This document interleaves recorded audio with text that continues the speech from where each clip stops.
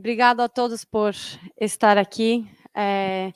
Vamos começar, retomar esse semestre o seminário de Cultura e Realidade Contemporânea com os alunos da escola, da cidade, da graduação.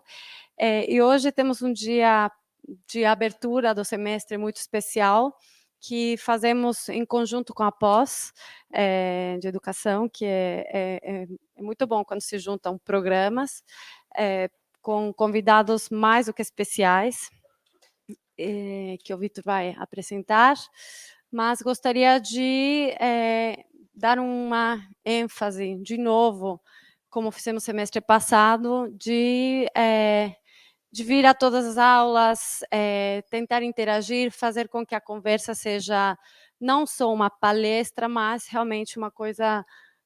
Se tem comentários, semestre passado até chegamos a falar de preparar algumas perguntas ao longo da conversa para que seja sempre muito produtivo para todo mundo. Então, bom semestre, boas aulas para todos, bom seminário e obrigado, Vitor Próspero, que vai apresentar nossos convidados.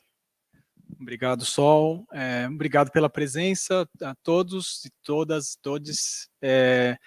Agradeço muito à Escola da Cidade pelo apoio a essa vinda do Patrício Del Real para São Paulo, e nós temos feito alguns eventos. Eu queria convidar todo mundo também para um evento sábado no IAB São Paulo, aqui do outro lado da rua, sobre curadoria, exposições de arquitetura, com a presença também da Yadira Álvares, da Bienal Pan-Americana de Quito, e a Gabriela de Matos, uma das curadoras do Pavilhão do Brasil na Bienal de Veneza, e também com Renato Anelli, que é diretor cultural do IAB São Paulo nessa gestão.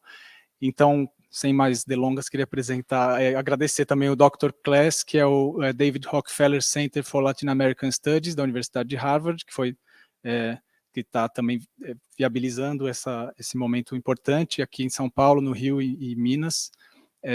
E então, Patrício Del Real é professor do Departamento de História da Arte e da Arquitetura na Universidade de Harvard, trabalha com conexões transnacionais da arquitetura, especialmente com foco nas Américas, e foi curador da exposição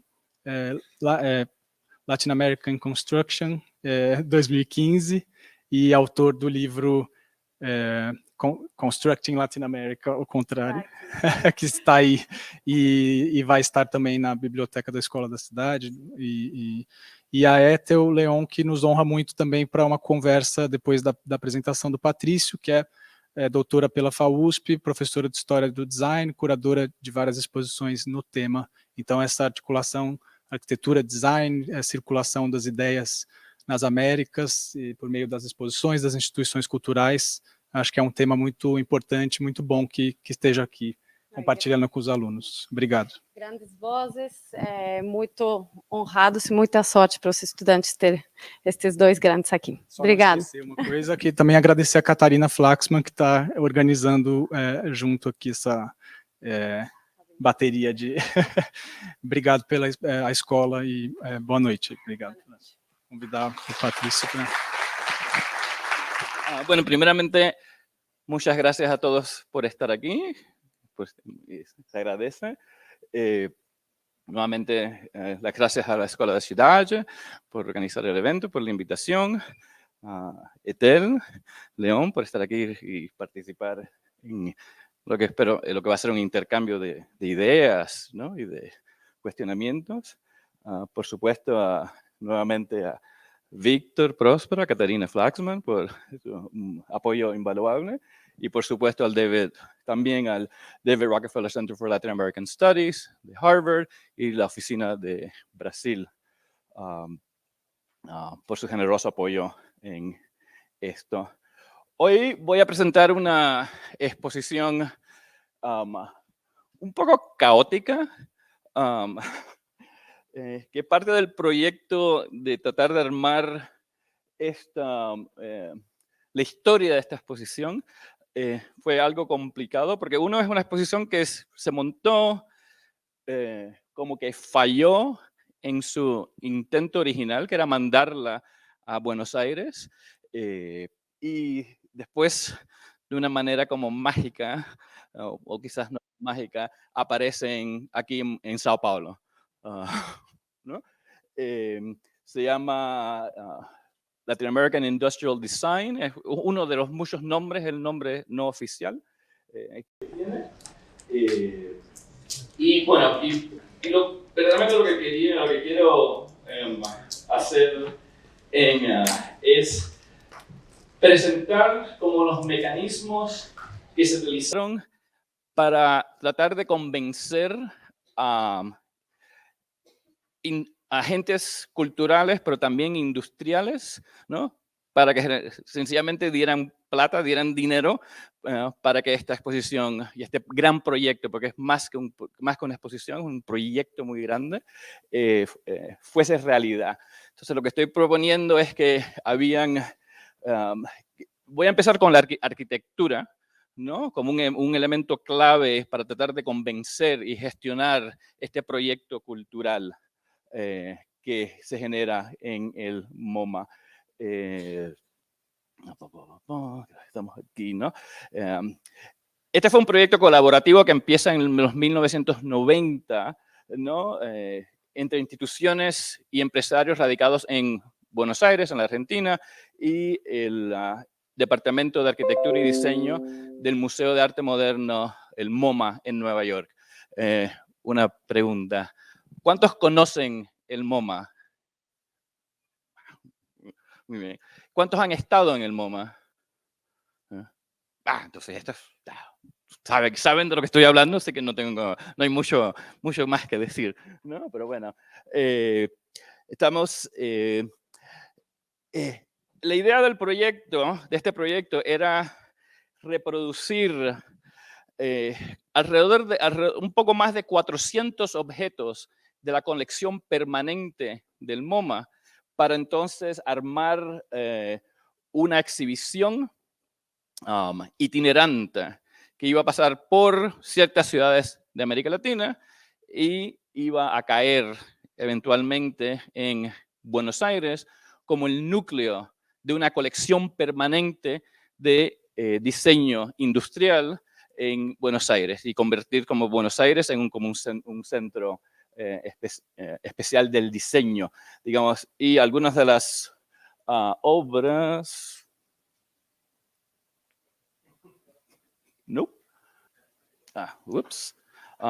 Bueno, es que aquí está un poco todos los diferentes nombres que tuvo la exposición. 20th Century Industrial... 20th Century Industrial Design, diseño industrial del siglo XX, y la más conocida como Latin American Industrial Design, ¿no? Y este es un proyecto que empieza como en el 69, ¿verdad? ¿No? Entonces, estos son algunos de los ejemplos de la colección de diseño del MoMA. Este es lo que se llama el cenicero de la Bauhaus, que fue diseñado por Marian Brandt en 1924, ¿no? Esto es una pieza industrial, verdaderamente, que es como, esto se llama un rolamiento, un autorrolamiento, ¿no? De 1907, una pieza bastante famosa, que es extraordinario, con una pieza de industria, ¿no? Se ha incorporado a un museo de arte.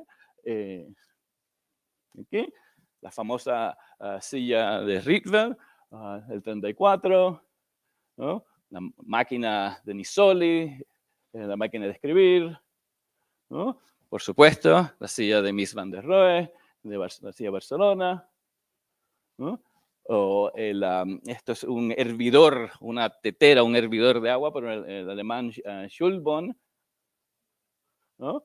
La mesa de Noguchi, del 41, ¿no? O esta lámpara, ¿no? De los italianos Gherotti, Meneghetti, Stopino, del 67, ¿no? Por supuesto, la silla de alto para el sanatorio, ¿no? Y, por supuesto, la silla se llama silla mariposa, de Butterfly Chair, pero verdaderamente conocida como la BKF silla del 38. Entonces, son algunas muestras significativas de más de 300 objetos, ¿no? Que tenían que ser expuestos. Entonces,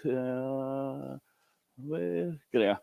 Entonces, la idea nuevamente era de la exposición, era crear esta exposición itinerante, ¿no? Que tenía verdaderamente, que iba a pasar por Ciudad de México, Caracas, Bogotá, Río de Janeiro, Sao Paulo y terminaba en Buenos Aires.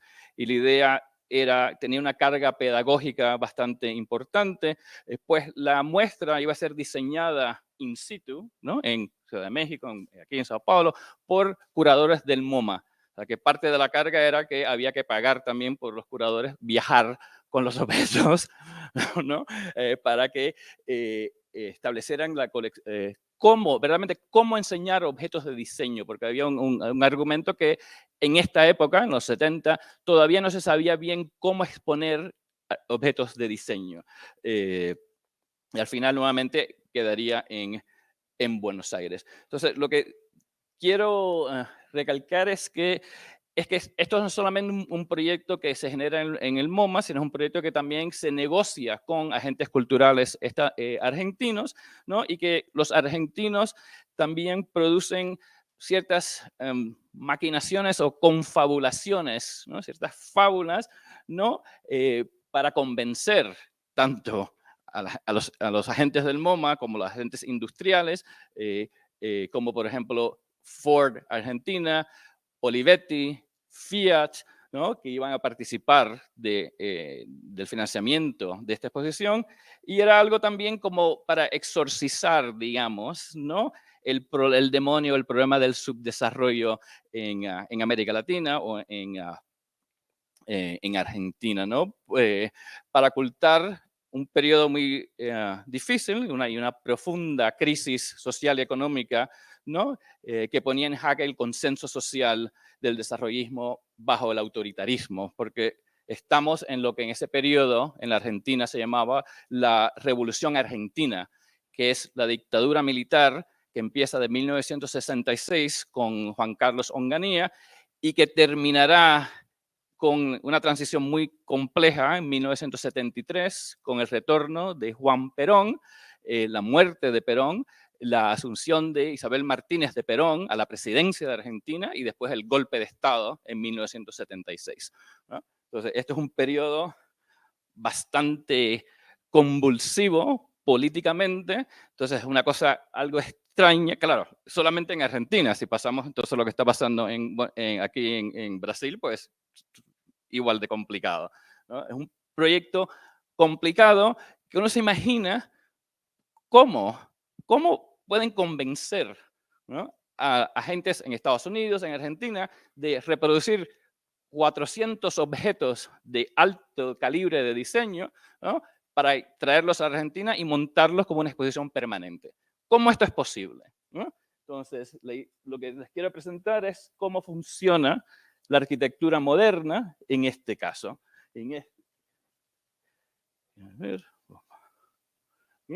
Y quiero presentarles aquí, ¿no? La torre de la... ¿Alguien conocen esta torre, este proyecto en Buenos Aires? Bueno, muy bien, importante. Arquitectura latinoamericana, muy importante, ¿no? Y nada, esta es una torre esbelta que está en la zona se llama Catalinas Norte, es un desarrollo bastante importante, ¿no? De un rascacielos que se está construyendo por Manteola Perchesky, Santos, como dicen aquí, Sánchez Gómez, Santos, Solsona y Viñoli.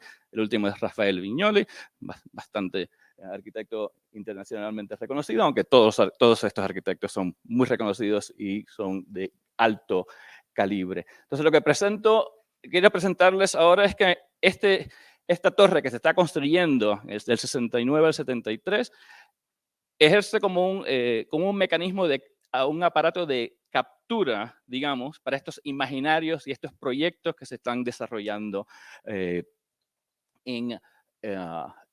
con el MoMA en Nueva York.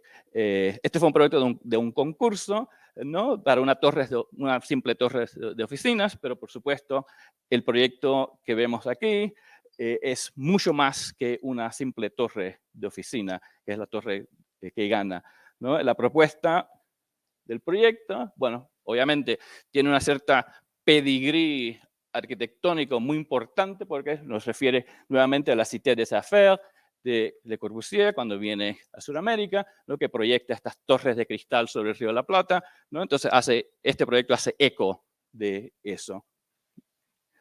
Un poco de historia de arquitectura también. Pero verdaderamente lo que se empieza a manejar antes de la construcción del proyecto es esta imagen, ¿no? Imagen increíblemente poderosa del proyecto de arquitectura para la Torre de la Unión Industrial Argentina, la UIA, ¿no?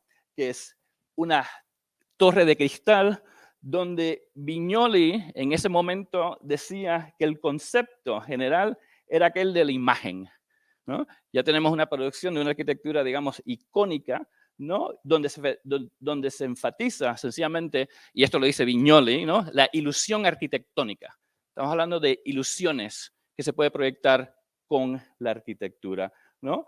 En otras palabras, la propuesta arquitectónica, ¿no? Ya encontramos lo que podemos llamar como la economía de las apariencias, ¿no? Que vulgarmente podemos llamar especulación, pero especulación a través del dibujo arquitectónico, ¿no? Esta ilusión arquitectónica, ¿no? Se inscribe entonces en el dibujo, en los dibujos de la arquitectura, donde se hace visible este concepto de la transparencia arquitectónica, la transparencia modernista, de un curtain wall, ¿no? Donde se ve principalmente, se ven varios atrios. Se ven la gran transparencia en varios atrios, un atrio intermedio y por supuesto en la gran torre, ¿no? Entonces hay todo un discurso neovanguardista que presenta la torre, que se inserta este proyecto arquitectónico, ¿no? Como una lengua franca neovanguardista que está hablando los mismos lenguajes que no solamente la neovanguardia nuevamente, pero también los últimos lenguajes de la arquitectura, pero también del diseño industrial.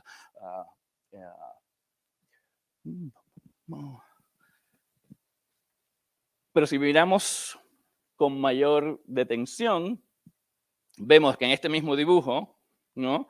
A ver, aquí hay una señal aquí puesta, un signo puesto supuestamente en la calle que dice exposición. Entonces lo que podemos estar argumentando es, ¿qué es lo que se exhibe aquí? Se exhibe lo que el edificio, como veremos en un momento, ¿no?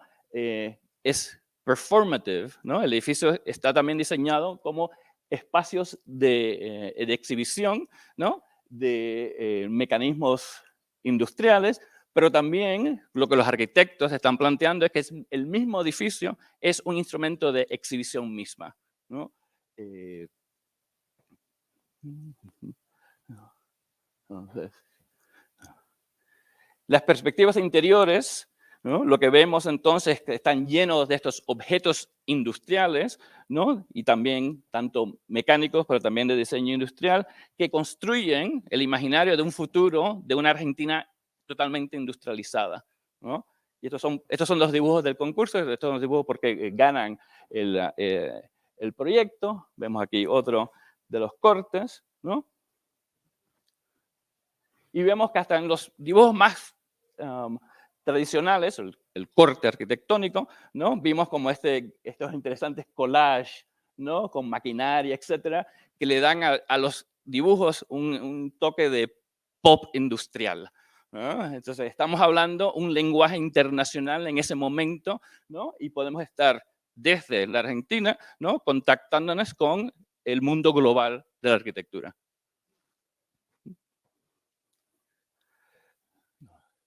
Nuevamente, me interesa presentar este proyecto porque estas son referencias, ¿no? Que los arquitectos del momento, los curadores de diseño de arquitectura y diseño industrial van a reconocer inmediatamente, ¿no? Este lenguaje y lo pueden unir. Por ejemplo, citar este es el Fun Palace de Cedric Price, ¿no? de 1960.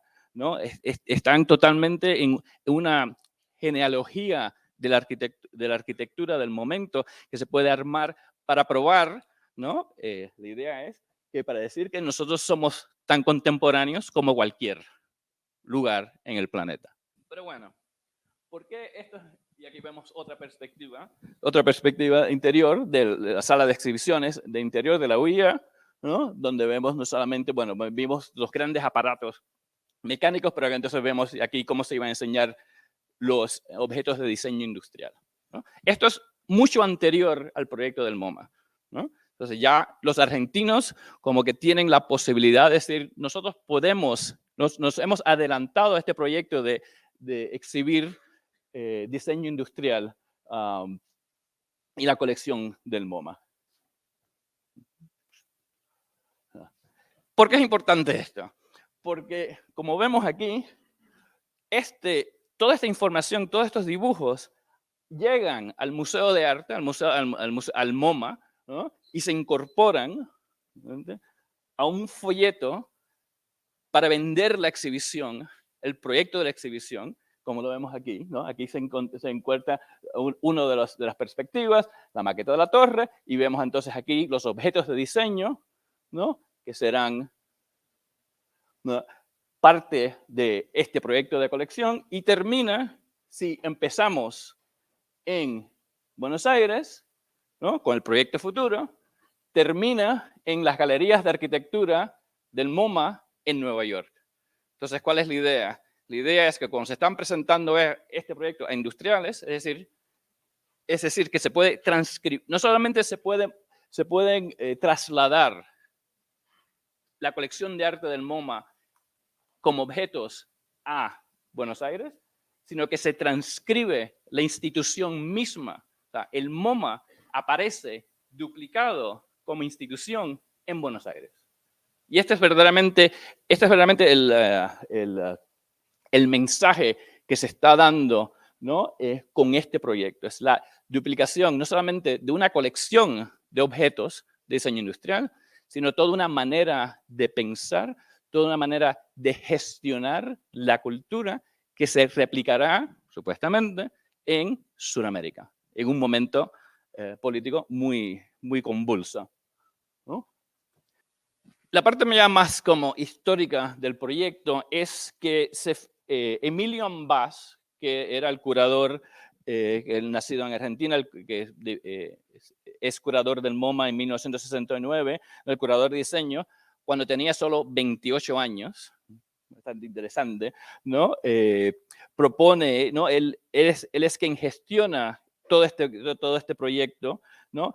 Pero el proyecto y se crea en la Argentina, se crea una fundación, la Fundación para la Investigación del Desarrollo y el Diseño Industrial, un título bastante largo, pero bueno, FIDI, ¿no?, donde se envuelve al gobierno, ¿no?, de la dictadura, ¿no? Estas son todas gestiones tanto gubernamentales como culturales, ¿no?, para poder empezar a movilizar todo esto. Y por supuesto, Ambás irá a Argentina y se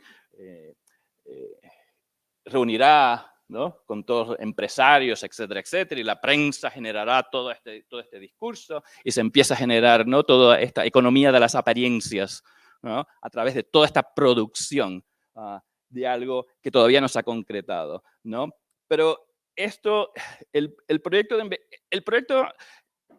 no es solamente un proyecto de una simple exposición, sino que era, por supuesto, la exposición que reproduce ciertos números, ciertos objetos de diseño, pero también era crear un centro de exposiciones, un centro de investigaciones, ¿no?, y una escuela de diseño. Todo esto es el gran proyecto que se está planteando en 1970. No les voy a dar todos los detalles de todo el aparataje en el museo mismo que se tiene que movilizar para poder construir un proyecto como este, porque no es solamente el Departamento de Arquitectura y Diseño, también hay un departamento que se llama The International Council, el Consejo Internacional, que está compuesto por miembros de muchos países, muchos de ellos latinoamericanos, que también gestionan todo este proyecto. Lo interesante también que parte del proyecto no es solamente gestionar, ¿no?, esta colección que el MoMA va a donar, pero que este centro generaría dos tipos de colecciones. Una es esta colección del museo, que se replica, se reproduce, y entonces como centro de investigación y centro de producción, digamos, cultural, va también a desarrollar, ¿no?, una colección permanente de diseño latinoamericano. Eso es parte, hay como 2 betas importantes sobre esto. Para esto también se gestiona traer 2 curadores a ser entrenados en el museo en Nueva York. Uno de ellos solamente se gestiona uno de ellos será Susana Torre, que deviene una arquitecta que en los Estados Unidos, porque ella eventualmente se queda en los Estados Unidos, pero y cuando hablé con Susana sobre este proyecto, ella decía que este proyecto era totalmente como descabellado y que verdaderamente no, ella trabajando sobre este proyecto no entendía cómo se podía seguir trabajando con este proyecto por no solamente la situación económica y política en Argentina, sino también por un poco lo descabellado que era el proyecto mismo, ¿no? Pero hablemos de cuestiones un poco fundamentales, pues puede ser que vuelva a esto. Era el problema de la reproducción. ¿Cómo uno reproduce una colección permanente del MoMA? ¿No? Pues como por ejemplo la Mini Kitchen de Joe Colombo del 63, ¿no? O el abanico de Weiss del 61, o por ejemplo la máquina de grabaciones de Lansing, el Dictaphone de 1970. Estos eran productos bastante fáciles de reproducir porque eran productos que ya estaban en el mercado, que se seguían produciendo. Entonces, sencillamente, el museo se aproximaba a las compañías y les pedía, generalmente, que donasen los productos, ¿no? Y la gran mayoría de las compañías donaban estas obras porque entendían, ¿no?, que había un valor un valor de promoción muy importante en este tipo de proyectos. Entonces, es parte de, ¿no?, de gestionar cómo la cultura, cómo aquí el diseño industrial gestiona ¿no?, las posibilidades a futuros, estas especulaciones, ¿no?, a proyectos a futuros, movilizando objetos de diseño. Pero, por ejemplo, objetos más difíciles, por lo menos los jarrones Gallet, ¿no?, como uno que son imposibles de reproducir ahora porque no están en producción en estos momentos, ¿no? O, por ejemplo, el cenicero de la Bauhaus, imposible de adquirir, no se encuentra en el mercado, imposible, ¿no? ¿Cómo se presenta este objeto? La primera instancia es ante la imposibilidad de conseguir estos objetos, era presentarlos vía diapositivas o vía films, ¿no? Bueno, por Dios. En reproducciones, básicamente en diapositivas, ¿no? En imágenes, claro, gracias. La palabra más sencilla, ¿no? En imágenes, ¿no? Imágenes proyectivas. Pero al final, esto se abandona y esto es un caso muy, muy bonito porque lo que se hace, entonces lo que tiene que hacer Susana Torre es buscar los dibujos constructivos de este objeto, del cenicero, ¿no? Y se contrata a un orfebre, ¿no?, para reproducir este objeto. O sea, una cosa pero, bastante increíble, ¿no? Por la necesidad de no solamente reproducir, no se está reproduciendo un mero objeto, lo que se está reproduciendo es un código de valores, ¿no?, que es fundamental para entender el diseño y la historia, lo que se llama de industrial art, ¿no?, de arte industrial, al diseño industrial y después a design. Entonces, este arco, ¿no?, que el museo ha coleccionado y que presenta, ¿no?, esta transformación de lo que llamamos diseño hoy día, es lo que se está construyendo y por eso la importancia de tener estas piezas, porque es este sistema de valores lo que se está movilizando.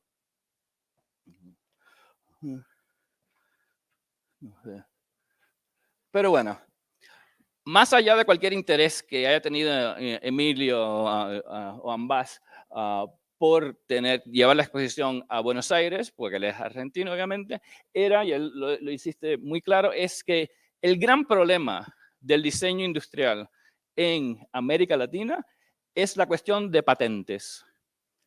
Que la reproducción de la silla de Charles y Ray Eames, ¿no? La muy famosa butaca reclinada, está totalmente condicionada a pagar patentes, en este caso a Herman Miller, ¿no? Que hay que pagar royalties, ¿no? Que no solamente hay que hacer eso, sino que impide que si esta silla es producida en Argentina por SA Asociados, no puede circular o no puede ser mandada más allá de Argentina, o sea, por la restricción de patentes. Entonces, lo que Emilio, la Gambás, verdaderamente dice quiere gestionar es la producción de diseño, no es la producción de objetos de diseño, él lo que verdaderamente quería era utilizar esta exposición para crear diseños patentados, para entonces poder romper, ¿no?, este bloqueo comercial por las patentes y crear un mercado de consumo latinoamericano. Lo interesante de esto es que se elige Argentina, ¿no? Porque el museo entendía que había un consumo interno muy fuerte, una posibilidad de producción fuerte, y es Argentina y no Brasil, en donde este gran proyecto de crear un mercado de consumo latinoamericano, ¿no?, es donde se debe crear. O sea, lo que se está verdaderamente creando es una nueva gestión económica a través del diseño industrial para romper las barreras comerciales con Brasil, con Chile y con todo el resto de América Latina. Y este es el proyecto verdadero que trae el MoMA y que trae la función esta. Entonces lo interesante también es decir, bueno, ¿y en Argentina qué pasaba? No había diseño en Argentina. O sea, llega el MoMA y dice, ya, es que aquí no hay, ¿no? Es un desierto, aquí nadie está tocando el tema del diseño. Pues no, ya digamos, empecemos con los 60, cuando ya el CIDI, ¿no? A ver cómo, el Centro de Diseño Industrial, el CIDI, desde el 62, ya están produciendo objetos de diseño nacional en la Argentina. No solamente eso, si vamos un poco más atrás, ya Tomás Maldonado, que es una figura importantísima, ¿no?, en el área del diseño y en otras áreas también, ¿no?, ya desde el 50 está gestionando para la producción del diseño industrial en Argentina y en América Latina, ¿no? Entonces hay toda una historia, ¿no?, ya ocurriendo en América Latina, en Argentina, que se inserta a este proyecto increíblemente raro, para mí, increíblemente raro, de lo que vamos a llamar una condición casi de imperio, ¿no?, de gestión desde los centros del norte a recondicionar los valores, la economía a través de simples objetos de diseño. Lo que es verdad, es lo que se está hablando, ¿no? Entonces, claro, el mapa que podemos empezar a construir a través de estas figuras es que hay unas ciertas conexiones internacionales y transnacionales que son contrarias o son alternativas a el centro, digamos, de diseño de la modernidad del MoMA, que es, por supuesto, es la escuela de Ulm, ¿no?, en Alemania con Tomás Maldonado. Aquí la política es bastante importante porque la idea que tiene Ulm de diseño es totalmente diferente a la idea de good design del MoMA. Entonces ahí empezamos a encontrar las fricciones políticas que hay, todo en la construcción a través sencillamente de objetos de diseño. Y podemos empezar a desenterrar a entender, ¿no?, las políticas. Lo que se esconde detrás de estas exhibiciones son las políticas culturales, ¿no?, que gestionan valores, modos de vida y al final también economías, ¿no? lo que está pasando en Chile en este momento, bajo la Unidad Popular, ¿no? Con estos diseñadores que también están relacionados con ULM, es increíblemente importante, porque lo que estamos gestionando entonces son dos maneras de ver el mundo que se están dando presencia aquí. Y uno de estos personajes muy importantes es Guy Bonsepe, el alemán. Bueno, este es el Centro de Diseño Industrial en Buenos Aires, ¿no? En una foto del 70.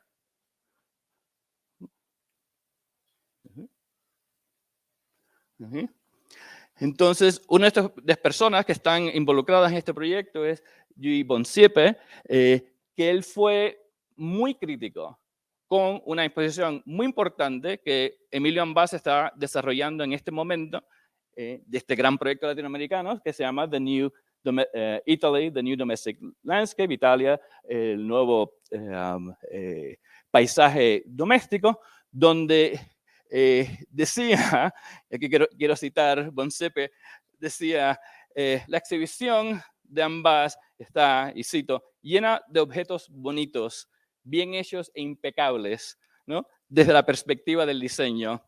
Había muchos televisores, ceniceros y lámparas, pero ningún producto de uso comunitario. No habían camas de hospital o mobiliario para escuelas. Entonces vemos dos modos de movilizar la idea del diseño. Uno, a través de el marco de la Escuela de Ulm, ¿no? Donde se entiende que el diseñador está integrado a los procesos de producción industrial, versus la idea de good design, de buen diseño, que todavía gestiona una idea del diseño como arte, ¿no? Y ahí están estas tensiones que también devienen tensiones políticas. Entonces lo que podemos, y aquí está, estas otras las muy famosas maneras de exhibir diseño. Esta es la exhibición de Emile de Ambas en de Italy, The New Domestic Landscape. Esta es en el Garden, en el Jardín del MoMA.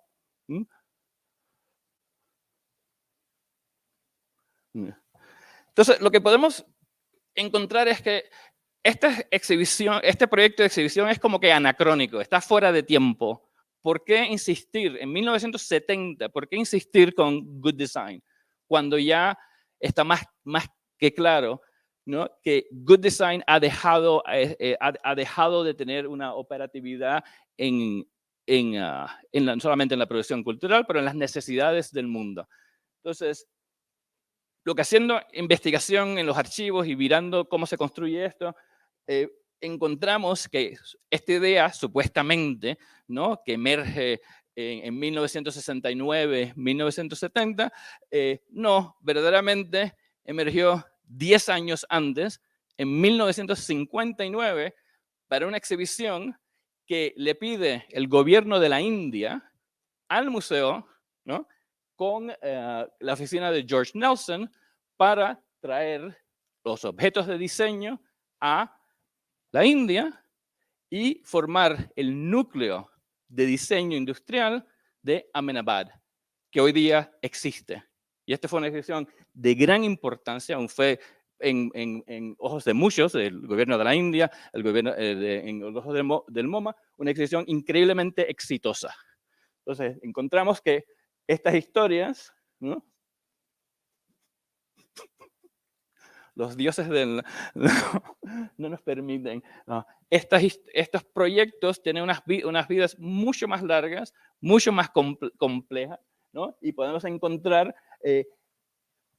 que bajo la idea de good design, lo que se está verdaderamente construyendo es una nueva globalidad, obviamente una globalidad occidental de modernización, de un patrón muy claro que se debe seguir, que lo podemos resumir como la teoría de la modernización, ¿no? Es decir, que todos los países supuestamente subdesarrollados tienen que seguir la historia de los países industriales para poder ser modernos, ¿no? Y aquí vemos la exhibición que fue montada, como vimos aquí, en un domo de Buckminster Fuller, que fue donado por una agencia gubernamental estadounidense, the United States Information Agency, una agencia muy, muy interesante y muy, muy importante, ¿no? Y aquí vemos cómo fue montada por la oficina de George Nelson, ¿no? Y esta es una excepción muy curiosa también porque en el mundo del diseño moderno es la silla, ¿no? Donde viene el epítome de la idea de diseño. Como todos sabemos, todo gran arquitecto debe diseñar una silla, ¿no? Pero bueno, históricamente, aunque hay sillas en la India, la silla como tal no es un producto cultural que es de uso cotidiano, es el taburete. Entonces, hay toda una gestión cultural sencillamente en la silla, ¿no? Una idea de colonización cultural, ¿no? Promovida por el gobierno de la India, pero también ayudada por el MoMA, ayudada por George Nelson, ayudada por ciertas entidades del gobierno de Estados Unidos, para gestionar y para cambiar el entendimiento cultural de la India. Bueno, todo esto pasa. Este es el background, ¿no? El fundamento de esta exposición. Lo interesante entonces que en 1960 esta exposición es tan importante para el museo que ellos deciden hacer una copia y mandarla a las dos regiones subdesarrolladas, ¿no? África y América Latina. Pero ese proyecto nunca se desarrolla. Entonces hay como ¿no? una pausa y en 1969 vuelve a aparecer este proyecto. Y volvamos un momento a Argentina y volvamos al edificio de la UIA, donde vemos que ya los planos arquitectónicos, cuando se está construyendo el edificio, ¿no? Señalan, como vemos aquí, ¿no? El local para el Museo de Arte Moderno de Nueva York. O sea que esto ya está casi decidido, ¿no?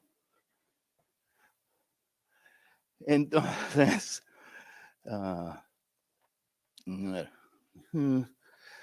esto.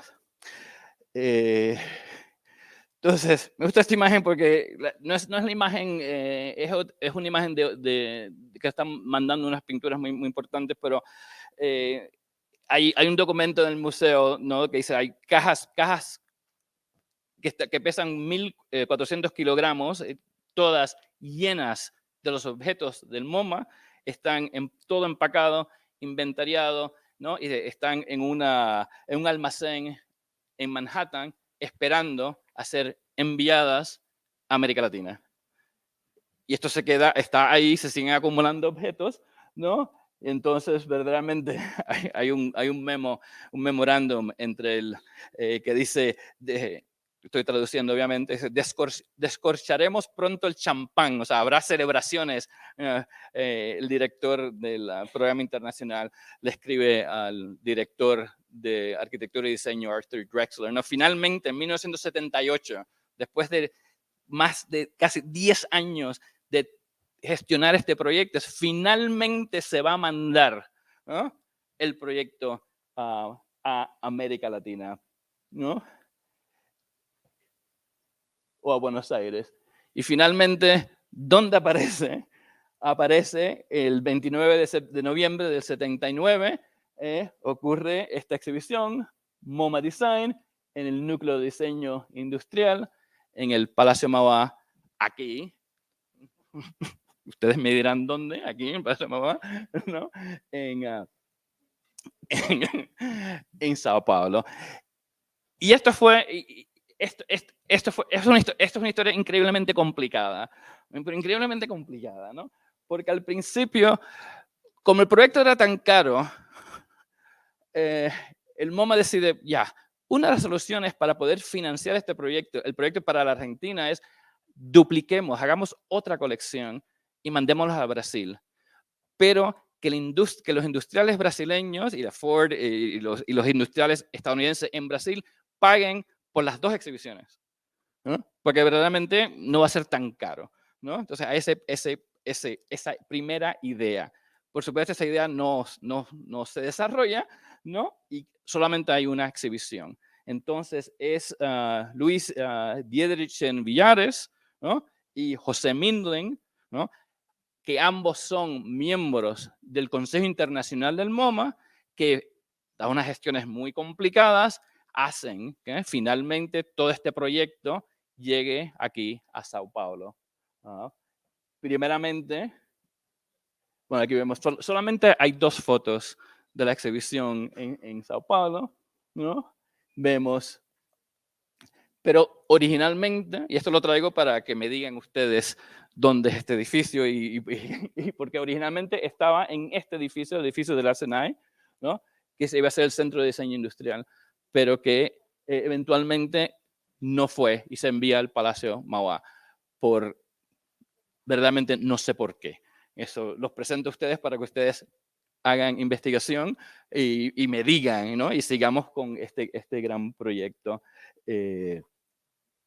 Entonces, nuevamente, para terminar y para volver donde empezamos, ¿no?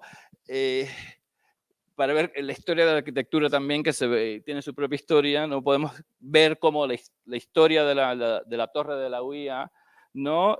Se convertirá de una estructura totalmente transparente a este objeto oscuro y totalmente desencantado, podemos decir, ¿no? Que revela los límites de la tecnología del muro cortina, del curtain wall, en estos momentos en Argentina, y cómo la idea es que como este oscurecimiento del muro cortina verdaderamente lo que nos dice, ¿no? Es sobre estas fabulaciones fraudulentas de la modernización autoritaria. Y aquí podemos ver, ¿no?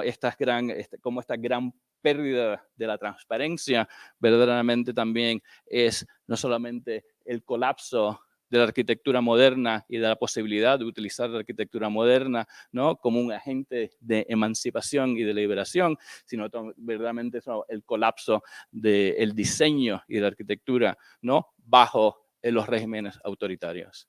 Pero bueno, y ahí se los dejo. Espero.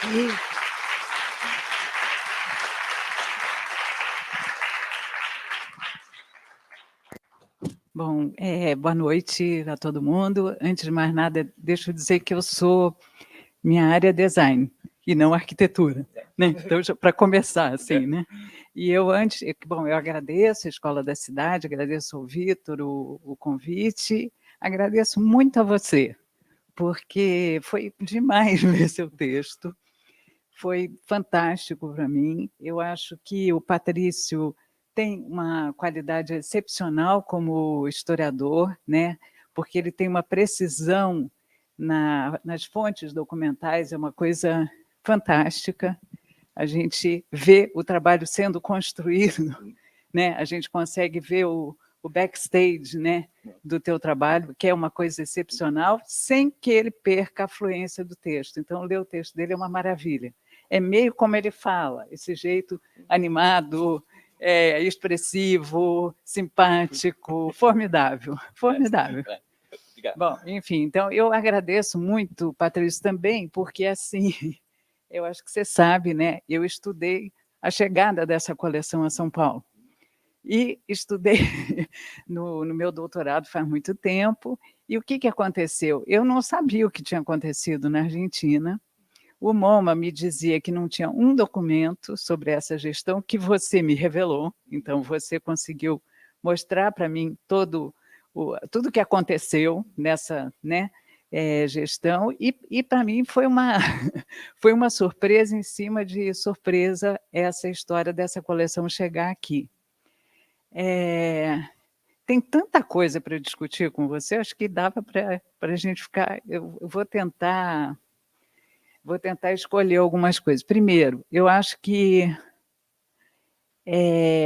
tem uma parte dessa história que eu acho que a gente ainda não amarrou, né?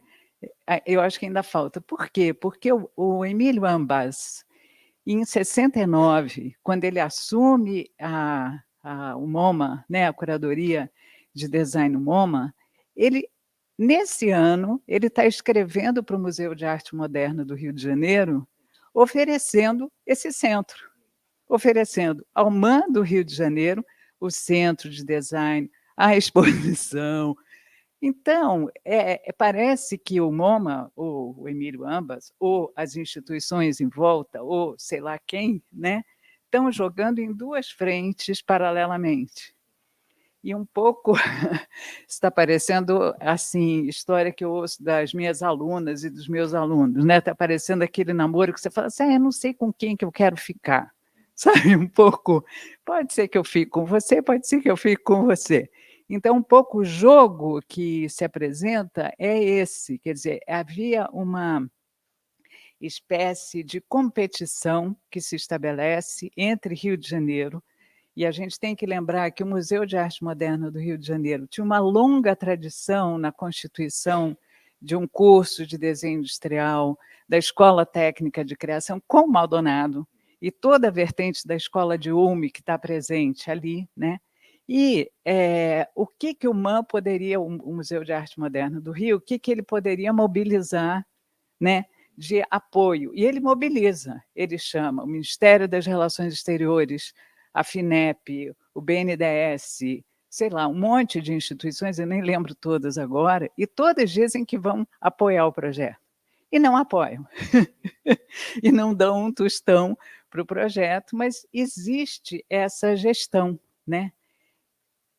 Enquanto isso está acontecendo, tem um Instituto de Desenho Industrial muito importante que se realiza no Rio de Janeiro, dentro do MAN, e que se expande nos anos 70 com projetos públicos, projetos de grande importância pública, por exemplo, de mobiliário escolar para o Brasil, né? Critérios para a adoção de mobiliário escolar para o Brasil nesse período. Esse instituto entra em declínio no final dos anos 70. No momento em que esse instituto entra em declínio, a Fiesp, em São Paulo, a federação, a poderosa Federação das Indústrias de São Paulo, funda um núcleo de desenho industrial. E chama... Gente, a história é muito entrelaçada, porque a Fiesp, o Vilares, vai a Buenos Aires e convida o Gui Boncipe, né, para dirigir esse núcleo de desenho industrial aqui em São Paulo. E o Boncipe não aceita, ele vem, dá uma palestra, etc. Agora, vejam, então eu achei essa a coisa mais incrível que você disse hoje, para mim foi sensacional de ouvir, que é essa polarização entre o MoMA e a Escola de Ulme. Eu acho que essa é uma questão central para a gente entender, mas ela vai se entrelaçar, porque a Fiesp está querendo essa coleção, paga $40 mil só e consegue... Gente, essa coleção existe, está enterrada nos porões da Fiesp, aqui em São Paulo. Ela existe. Ficou, ela foi exposta no Palácio Mauá, depois ela foi para o prédio da Avenida Paulista, ela foi exposta em 98, e a última exposição que houve dela foi em 2006. Cada vez que ela emerge dos porões, tem uns objetos quebrados, tem uns que foram roubados, tem uns que sumiram, mas esta coleção está aqui. Gente, eu tenho um profundo... é chato dizer isso, né? Mas até um certo desprezo, porque eu, quando estava pesquisando, eu fui subindo os escalões da Fiesp, escrevendo para os diretores, escrevendo para todo mundo, e o máximo que eu consegui foi um almoço de graça lá no... lá em cima, no terraço lá da Fiesp. Agora, ver um documento sobre o que aconteceu com essa exposição, eu não vi. Então, não só os objetos estão enterrados pela Fiesp, mas a documentação que preparou essa vinda dos objetos para cá também está enterrada, né? Então, a gente não sabe direito o que aconteceu. E, para mim, é muito... É engraçado, porque o Gui Boncipe, que você conta, o Gui Boncipe foi alguém, ele é um latino-americanista, vamos dizer assim, ele é um alemão, ele foi para o Chile. No Chile, durante o governo de Salvador Allende, em que ele desenvolveu uma série de projetos importantíssimos para o governo da Unidade Popular, um governo de esquerda, um governo socialista, né? Ele sai, quando acontece o golpe militar, que vai fazer 50 anos agora em setembro, ele sai e vai para a Argentina. Na Argentina, é o Basílio Uribe. O Basílio Uribe convida o Boncipe para dirigir a instituição, ele fica na Argentina até que tem o golpe militar, e logo depois ele vem para o Brasil, né? Como que a Fiesp, a Federação das Indústrias de São Paulo, como é que ela convida o Boncipe, que era alguém engajado politicamente no governo Allende? Para mim, são vários mistérios que acontecem, né? Eu falei isso ontem para você, mas eu quero tornar isso público, né? Porque eu acho engraçado. O Patrício conseguiu entrevistar o Emílio Ambas, e a fonte do Emílio Ambas é fundamental para a gente esclarecer tudo isso, né? E eu não consegui. Ele prometeu uma entrevista para mim e desapareceu e não me respondeu mais, não respondeu ao telefonema, etc. Então, eu queria entender o que foi esse jogo Rio de Janeiro, Buenos Aires. Agora, eu acho que você deu uma chave. Você deu muitas chaves importantes, mas talvez a mais importante delas, Patrício, eu queria até que você pudesse falar mais sobre isso, é essa contraposição UME, a escola de UME, o modelo da escola de UME, que foi vigente aqui no Brasil, foi fundamental para a Escola Superior de Desenho Industrial no Rio de Janeiro, foi fundamental para a FAUSP, por mais que a FAUSP oblitere um pouco, esqueça esse passado. UME foi muito importante para a FAU, né, para São Paulo. Então, e a partir da ESD, muitas escolas de design replicaram um pouco esse projeto, tem uma ideia de um design social, de um design voltado para questões da nossa desigualdade, etc., etc., né?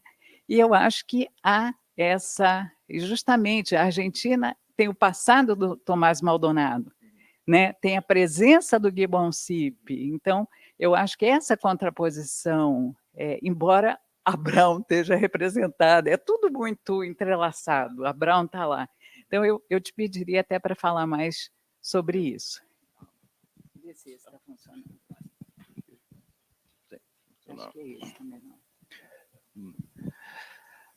Sí, verdaderamente, esta es una historia tan rara, ¿no? Y tan llena de contradicciones que es muy difícil desenlazar o desentrañar exactamente cuáles fueron las motivaciones, ¿no? de seleccionar un lugar versus otro. Yo creo que, como dices, es cierto que el museo, ambas, están jugando múltiples juegos, están jugando, ¿no? Se manda a Brasil, se manda a Argentina, ¿no? Y siempre está en juego estos dos centros de producción. Y cuando entrevisté a ambas, es curioso porque obviamente esto es un proyecto de hace mucho tiempo, ¿no? Entonces, es un proyecto complicado, medio fallido, y la primera instancia es decir, bueno, verdaderamente es la memoria, ¿no? de estar involucrados en estos proyectos, pero cuando entrevisté a Ambas, él me dijo que verdaderamente él nunca entendió y nunca hubo respuesta por parte de los argentinos del proyecto. Hubo un momento que el vicepresidente de la Unión Industrial Argentina dependía de su respuesta, ¿no? A ese momento, es decir, ¿se manda a la Argentina sí o no? Y los argentinos nunca responden. Este es el momento, no, es que este es el momento, ¿no? Que las elecciones generales se elige no a Perón, pero ahora se me olvida el candidato a presidente, ¿no? Que sale el partido peronista vuelve Perón y obviamente hay un momento muy difícil políticamente, ¿no? Contrastando lo que dice Ambas versus la documentación que hay en el archivo, ¿no? Y esto por eso es muy importante entrar en los archivos, ¿no? y movilizar no solamente las entrevistas y no exactamente cómo se gestionó personalmente una exhibición como esta, un proyecto como este, pero también ver los archivos, yo nunca encontré ninguna expresión de Ambas o de los argentinos de las circunstancias políticas tan difíciles que habían en las conversaciones del museo. Era como si no hubiese política, que es algo muy raro, ¿no? Uno encuentra, pero esto también yo creo que tiene que ver presiones institucionales y presiones también económicas, ¿no? Que aquí yo creo que a diferencia a lo mejor de lo que estaba de Brasil, aquí tú me puedes decir con mayor claridad, es que la pieza clave para la propuesta argentina es precisamente la UIA, la Unión Industrial Argentina, ¿no? que es una asociación privada que ejerce, ¿no? una influencia muy importante, que cuando se los presenté a algunos argentinos se quedaron totalmente, se cayeron de espaldas, ¿no? Porque nunca visualizaron la Unión Industrial Argentina como un engranaje de una economía, digamos, internacional. Siempre lo veían como un producto muy como argentino y que siempre iban a gestionar sencillamente la economía argentina y que nunca lo vieron, ¿no? Con esta perspectiva ya más allá de la Argentina. Entonces yo creo que lo que podemos empezar a articular es como ciertos agentes culturales, industriales, ¿no? devienen como que los puntos claves para que estos proyectos, ¿no? funcionen o no funcionen. Pero al mismo tiempo yo creo que las figuras, porque son varias, ¿no? pero las figuras de Ulm, ¿no? y toda la propuesta de Ulm es clave puede ser clave para seguir el por qué finalmente Brasil se ve como problemático, ¿no? Porque verdaderamente, aunque Maldonado sigue con sus conexiones en Argentina, yo creo que hay como otro ámbito, otro campo, ¿no? industrial, ¿no? que sirve como contrapunto. Pero ahí verdaderamente son los argentinos los que deben de seguir estas políticas de la Unión Industrial Argentina en relación a las políticas de diseño, pero también en relación a las políticas del desarrollo de Buenos Aires o el desarrollo de la arquitectura.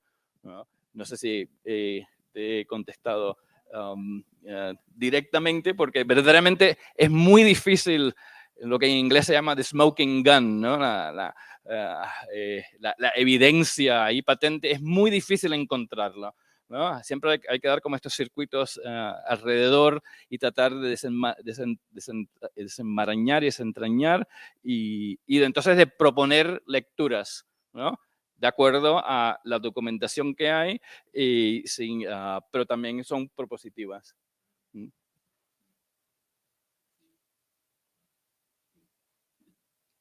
No sei se me imagino que habrán também. Não, é porque o que eu fico pensando também, Patrício, você hoje falou, eu acho que muito, quando eu li o artigo, acho que você fala um pouco mais, a gente tem que lembrar também do acerramento da Guerra Fria na América do Sul, né? A gente tem que ter isso em mente. O que você está falando, essa correspondência não fala de política, né? Mas, inclusive, o Boncipe e a Silvia Fernandes levantam isso na história do design da América Latina, como nos anos 70, e aí é outra questão, nem é só a Guerra Fria, é a própria mudança nas relações de trabalho mundiais, né? Então, você tem fábricas como a Volkswagen, grandes fábricas que começam a produzir modelos nacionais, México, Argentina e Brasil. Isso é uma coisa, né? 2, a questão, de fato, da Guerra Fria, quando você tem... Já tinha alguns anos que tinha acontecido Baía de los Cochinos e Cuba, etc., mas você tem Guevara, em 68, na Bolívia, e você tem toda a questão da luta armada, né? Uruguai, Argentina, Brasil e o próprio golpe do Chile de 73, quer dizer, a gente tem aí um emaranhado político também, em que essa questão é... Não, mas, de fato, o que você diz, a escola de UME, muito presente no Brasil, talvez ela tenha sido uma espécie de, né, anteparo, uma espécie de problema, né, para o MoMA. Mais engraçado ainda é a Fiesp conseguir juntar os dois. Querer trazer o Boncipe para dirigir esse centro de design, o núcleo de desenho industrial que existiu aqui, que não foi dirigido por ninguém de grande peso, teve um papel que foi se tornando secundário, assim como a própria Fiesp foi se tornando secundária. Assim, só para a gente lembrar, a indústria brasileira chegou a significar 30% do PIB brasileiro. Hoje em dia, ela significa 9%. A indústria brasileira é 9% do PIB nacional. Quer dizer, há um declínio, né, da questão da indústria, que eu acho que também tudo isso pesa, né, na maneira como a Fiesp encarou essa coleção, o seu desprezo de 2006 para cá, que essa coleção não se mostra e que a gente nem sabe em que estado está, né? Mas talvez a questão da Guerra Fria seja um... Não? No, pero, o sea, no lo digo porque no haya desconocimiento, o sea, que es imposible, ¿no? Es imposible que no se sepa lo que está pasando en América Latina. Lo que a mí me sorprende, ¿no? Es que en las comunicaciones, por lo menos escritas, ¿no? Lo único que menciona ambas en un memo es que tenemos que esperar a las elecciones en Argentina, ¿no? Para poder seguir gestionando los fondos, buscar fondos en la Argentina. Pero estamos hablando de las elecciones que van a traer a Perón nuevamente. O sea, o sea, no hay ni un cuestionamiento que nos digas, miren, es que la Argentina, políticamente es explosiva la situación, ¿no? Es como si fuera una normalidad democrática. O sea, eso es lo que a mí me choca, porque obviamente que sabían lo que estaba pasando, ¿no? Puede ser que sencillamente esto sean conversaciones que se hayan hecho de otra manera, verbalmente, pero en los 1970... O sea, no es como hoy. O sea, llamar internacionalmente era un proyecto. O sea, se puede hacer, obviamente, ¿no? Pero no es como hoy mandar un email. Mira, óyeme, cuidado, no, ojo, que Perón puede volver. O sea, email send. O sea, no.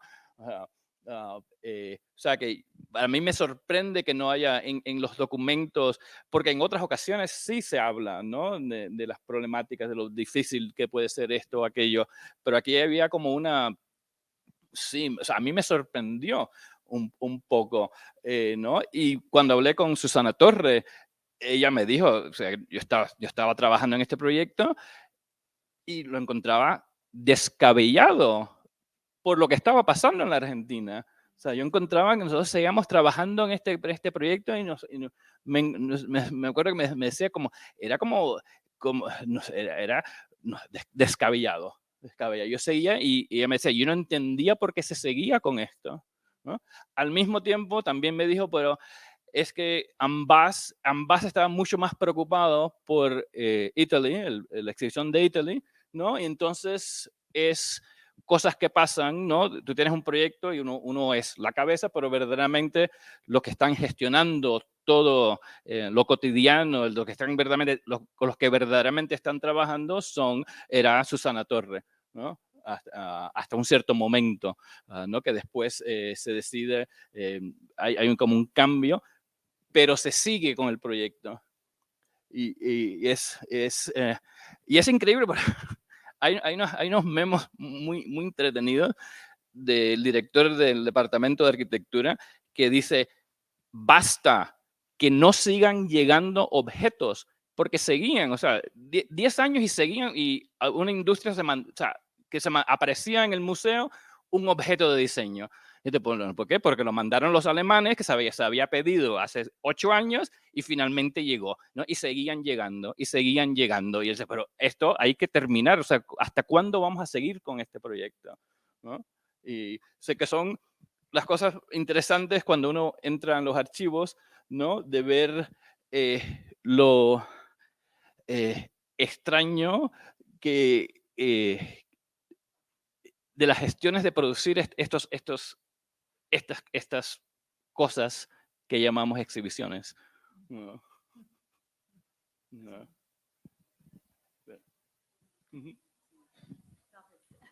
Desculpem interromper. Enfim, depois desta conversa que daria para realmente, como o Etel falou, falar eternamente, mas temos que encerrar um pouco o seminário. O que me parece muito interessante, eu estou pulando aqui numa conversa que é de vocês, mas tentando fazer uma pequena tradução também para alunos de graduação, que não são de pós-graduação, que talvez não tenham tido um contato direto com tantos personagens que vocês falaram, com tantas histórias, com tanta... tentar puxar os assuntos principais, que são a incrível questão de pesquisa dentro de acervos. Eu acho que é uma coisa que, como alunos de graduação, é extremamente interessante. E a relação que no seminário falamos sempre muito de questões políticas com design, ou seja, como os projetos, o design, todos estão eternamente entrelaçados com o nosso contexto social e político.